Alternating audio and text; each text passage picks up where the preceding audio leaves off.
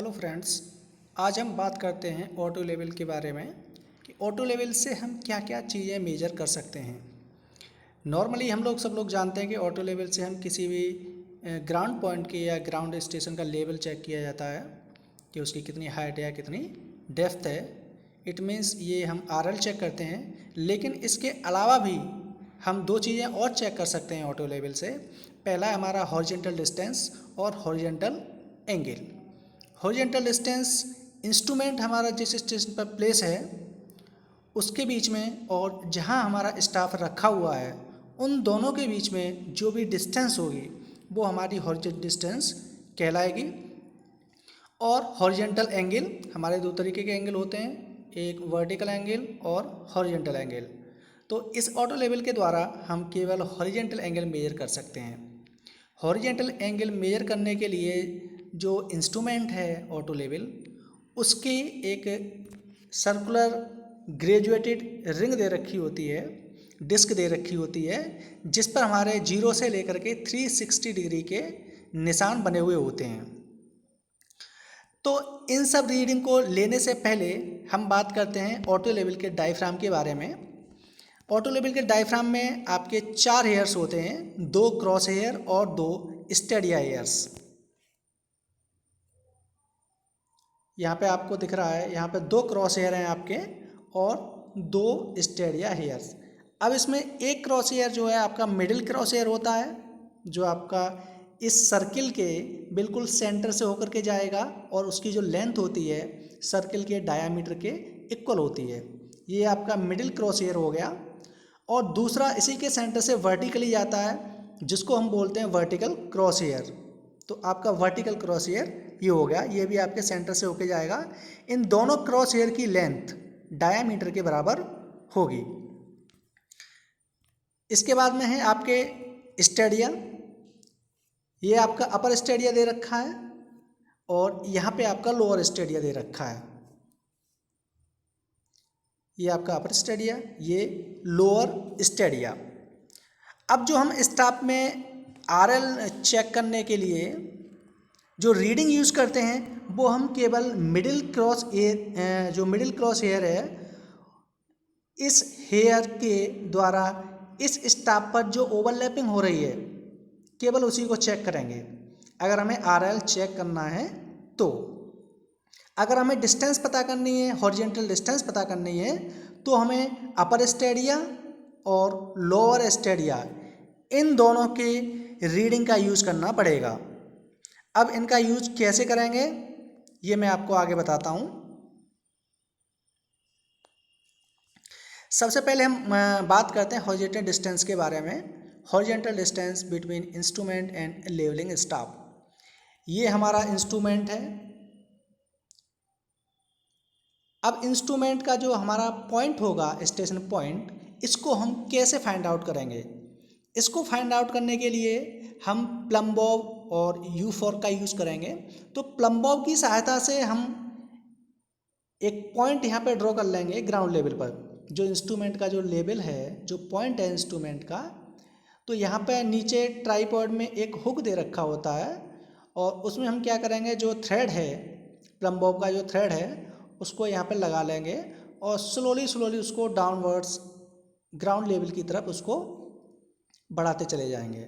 जैसे ही वो सस्पेंडेशन कंडीशन उसकी जो है बिल्कुल निल हो जाती है, तो उसी पॉइंट पर हम ग्राउंड पर कुछ मार्क वगैरह कर देंगे, क्रॉस का निशान लगा देंगे, या कोई हमारे पास में कोई एरो वगैरह है तो उसको हम लगा देंगे।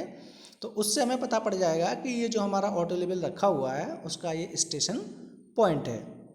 अब यहाँ पे हमारे 2 स्टाफ रखे हुए हैं, एक स्टाफ ए है और एक स्टाफ बी है। तो हम पहले बात कर लेते हैं यहाँ पे स्टाफ ए के बारे में। अब यहाँ से आपको ये दिख रहा होगा कि जब भी हम ऑटो लेवल से देखेंगे स्टाफ को, ये स्टाफ हमारा किसी न किसी ग्राउंड पॉइंट पे रखे हुए हैं।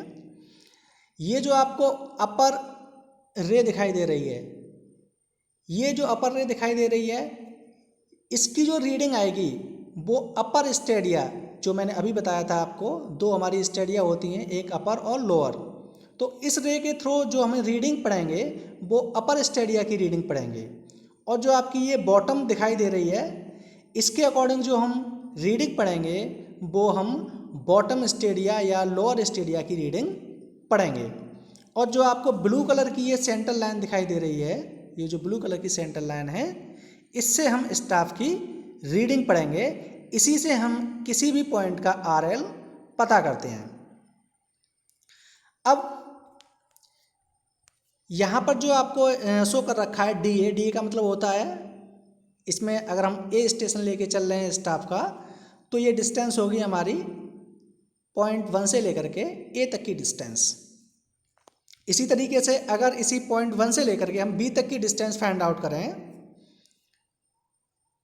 पॉइंट B तक की हम अगर डिस्टेंस फाइंड आउट करते हैं, यहाँ तक की, यहाँ से लेकर के यहाँ तक की एक डिस्टेंस फाइंड आउट करेंगे, तो हमारी ये DB कहलाएगी, यानी horizontal distance between point A and point B। और यहाँ पर जो आपको दिखाई दे रखा है DA, ये हो गया हमारा horizontal distance between point A and 1। ठीक है, तो अगर हम किसी भी एक स्टाफ की अगर हम हॉरिजेंटल डिस्टेंस पता कर लें, तो उसी हिसाब से हमारी दूसरे स्टाफ की भी हॉरिजेंटल डिस्टेंस निकाली जाएगी। तो हम पहले स्टाफ की हॉरिजेंटल डिस्टेंस पता कर लेते हैं, इसको हम किस तरीके से निकालेंगे। तो यहाँ पर डिस्टेंस हमने मान रखी है पॉइंट 1 से लेकर के A स्टेशन तक की। ये जो हमें दिखाई दे रहा है पॉइंट 1 से लेकर के A तक की जो डिस्टेंस हमने ले ली है 1A ले ली है।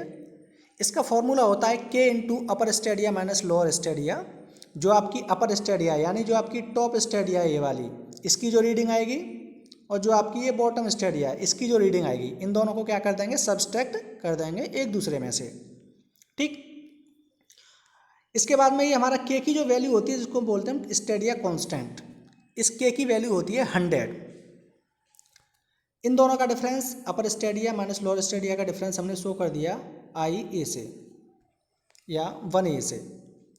ठीक है, अब मान लिया हमने जो हमारा अपर स्टेडिया है उसकी रीडिंग है हमारी 2.455 मीटर, और जो लोअर स्टेडिया है उसकी रीडिंग है हमारी 2.170 मीटर। हम इन दोनों वैल्यू को, जो हमारा डिस्टेंस का फॉर्मूला है, जो पहले वाला हमारा फॉर्मूला है, उसमें हम पुट कर देंगे, इस फॉर्मूले में पुट कर देंगे, तो K की वैल्यू हमारी 100 आ गई, और अपर स्टेडिया की वैल्यू हमने यहाँ पे रख दी 2.455, और लोअर स्टेडिया की वैल्यू हमने रख दी 2.170। तो हमारी टोटल जो वैल्यू निकल के आएगी वो आएगी 28.5 मीटर। इसका मतलब ये हुआ कि ये जो हमारा इंस्ट्रूमेंट रखा हुआ है इस जगह पर, यहाँ से लेकर के ये हमारा जो स्टेशन A है जिस पर हमारा पहला स्टाफ रखा हुआ है, इसकी हॉरिजेंटल डिस्टेंस आएगी हमारी 28.5 मीटर।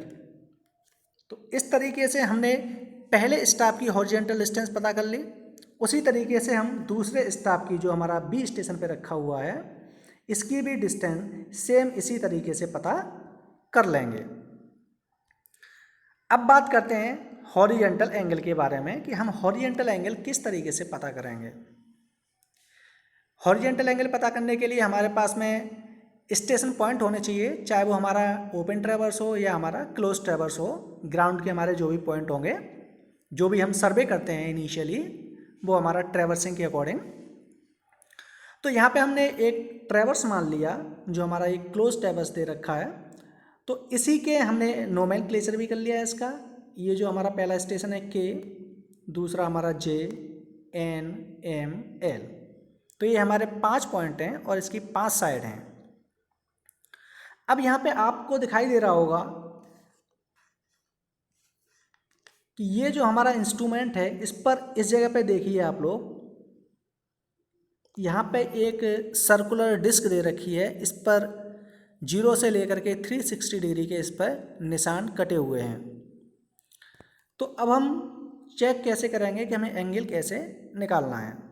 सपोज मान लीजिए हम स्टार्ट करते हैं KJ से।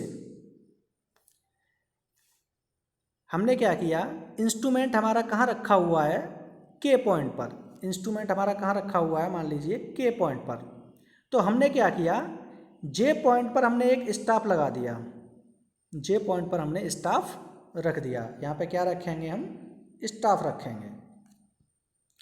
इसके बाद में इस ग्रेजुएटेड रिंग पर, ग्रेजुएटेड डिस्क पर जो आपको रीडिंग दिखाई देगी, आपको रीडिंग दिखाई देगी, उसको आप नोट कर लेंगे। सपोज मान लीजिए आपने के जे को रीड किया, आपने के जे को साइड किया, साइड करने के बाद में जो आपकी रीडिंग आई वो आ गई आपकी 220 डिग्री। ठीक है, अब आपने क्या किया कि स्लो मोशन स्क्रू की हेल्प से आपने इस साइड को, ये जो आपकी साइड दे रखी है के एल, इसको आपने साइड किया। अब आपने स्टॉप इस पॉइंट से हटा करके कहाँ रख दिया, एल पॉइंट पर।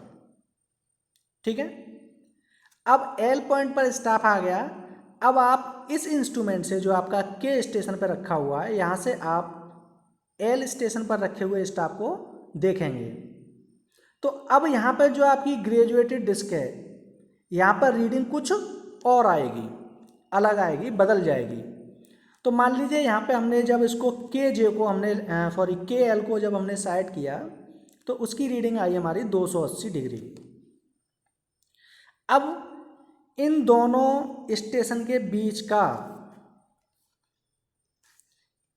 इन दोनों स्टेशन के बीच का ये हमारा जो है के एल, के जे और के एल, इन दोनों के बीच का जो हॉरिजेंटल होगा, मान लीजिए हमने ले लिया थीटा, थीटा एंगल मान लिया हमने।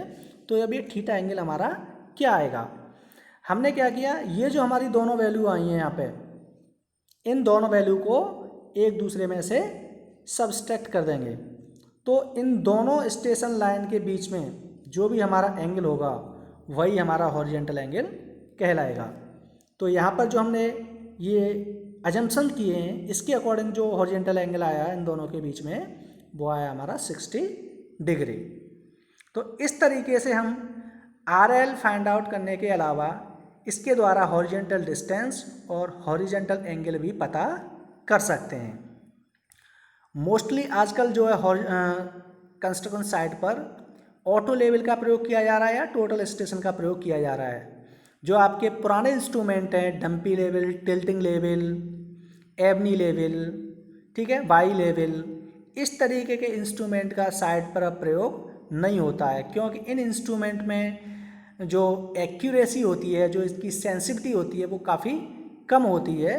और ये 8-10 बार में यूज़ करने के बाद में इसमें एरर आ जाती हैं, इंस्ट्रूमेंटल एरर ऑटोमेटिकली इसमें आ जाती हैं। तो इनका जो टेम्पररी एडजस्टमेंट है वो काफ़ी बहुत ज़्यादा टाइम कंज्यूमिंग होता है।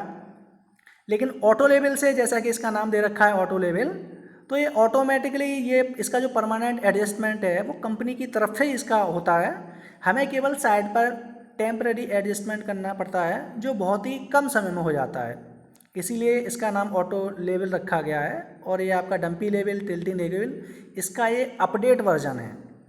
केवल आप जो है डंपी लेवल में या टिल्टिंग लेवल में केवल आप RL पता कर सकते हैं, हॉरिजेंटल डिस्टेंस पता कर सकते हैं, लेकिन उसमें हॉरिजेंटल एंगल नहीं पता कर सकते। इसमें आप जो है हॉरिजेंटल एंगल, RL और हॉरिजेंटल डिस्टेंस तीनों पता कर सकते हैं। Thank you.